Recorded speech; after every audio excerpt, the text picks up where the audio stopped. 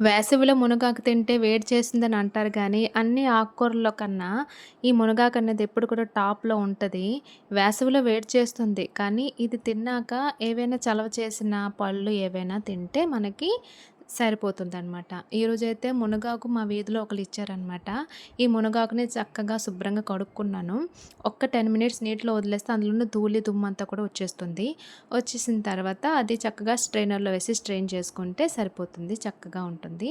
ఇంకా ఈ మునగాకు ఫ్రై కోసం ఏంటంటే నేను కొద్దిగా పెసరపప్పు తీసుకున్నాను. అలాగే 2 ఉల్లిపాయలు, ఒక పెద్ద సైజ్ అంతా వెల్లుల్లిని దంచి పెట్టుకున్నాను. ఒక 3 పచ్చిమిరపకాయలు వేసేసుకున్నాననమాట.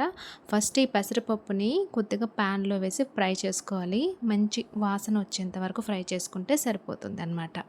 ఇంక ఈ పెసరపప్పుని ఇలా పక్కన వేగించుకున్న తర్వాత మనం ఇప్పుడు కుక్కరు పెట్టుకుందాం. ఎందుకంటే ఈ మునగాకు అనేది కొద్దిగా హార్డ్‌గా ఉంటుంది కాబట్టి తొందరగా ఉడకదని నేను కుక్కర్‌లోని పెట్టేసాననమాట.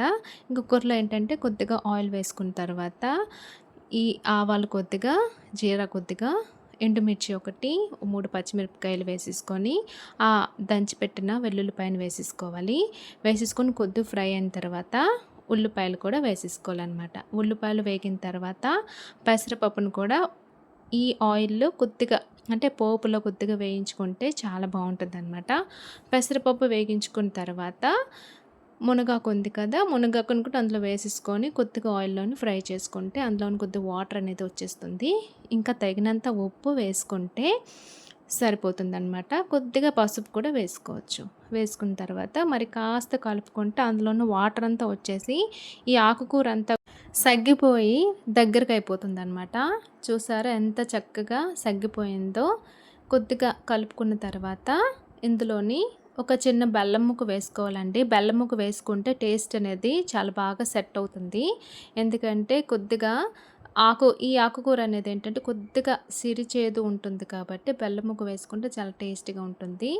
ఇందులో కొద్దిగా కాస్త వాటర్ అనేది పోసుకోవాలి. ఎందుకంటే కుక్కర్‌లో మనం చేసుకుంటున్నాం కాబట్టి ఫ్రై అడుగు అంటుకుపోతుంది. కాబట్టి కొద్దిగా నీళ్ళు వేసుకుంటే సరిపోతుంది. వేసుకొని ఇంకాస్త కలుపుకొని కుక్కర్ మూత పెట్టి ఒక 3 విజిల్స్ వచ్చేదాకా ఉడికించుకుంటే సరిపోతుందనమాట. 3 విజిల్స్ వచ్చే లోపల నేను కొద్దిగా వాటర్ మిలన్ తిని చిల్ అవుతున్నాననమాట. గ్యాస్ స్టవ్ దగ్గర చాలా వేడిగా ఉంది. వేసవి కదండీ! వంట చేసినంత సేపు కూడా చాలా వేడనిపిస్తుంది. ఇంకా అందుకే వాటర్ మిలన్ తిన్నాను. ఇంకా ఈ ఉసిరికాయలు చిన్న ఉసిరికాయలనమాట.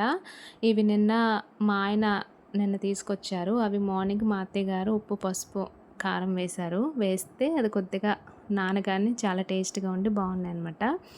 ఈ లోపల కుక్కర్ విజిల్ కూడా వచ్చేసింది. విజిల్ వచ్చాక ఇలా ఉందన్నమాట. చక్కగా ఉడికిపోయిందండి 3 విజిల్స్‌కని. చూసారా?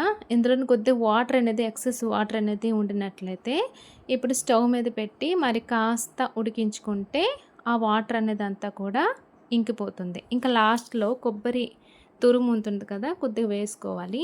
మా దగ్గరైతే ఈరోజు కొద్దిగా ఉంది కాబట్టి వేసేసుకున్నాను. మరి కాస్త వేసుకున్నా కూడా టేస్ట్ అనేది బావుంటుంది. కొద్దిగా వేసుకొని ఇంకా కాస్త కలుపుకుంటే కింద వాటర్ అంతా కూడా ఇంకిపోయి ఇంకా ఫ్రై లాగా రెడీ అయిపోయింది. నా వీడియో గనుక నచ్చినట్టయితే చిన్న లైక్ ఇవ్వండి. సబ్స్క్రైబ్ చేయండి. Thank you. బాయ్.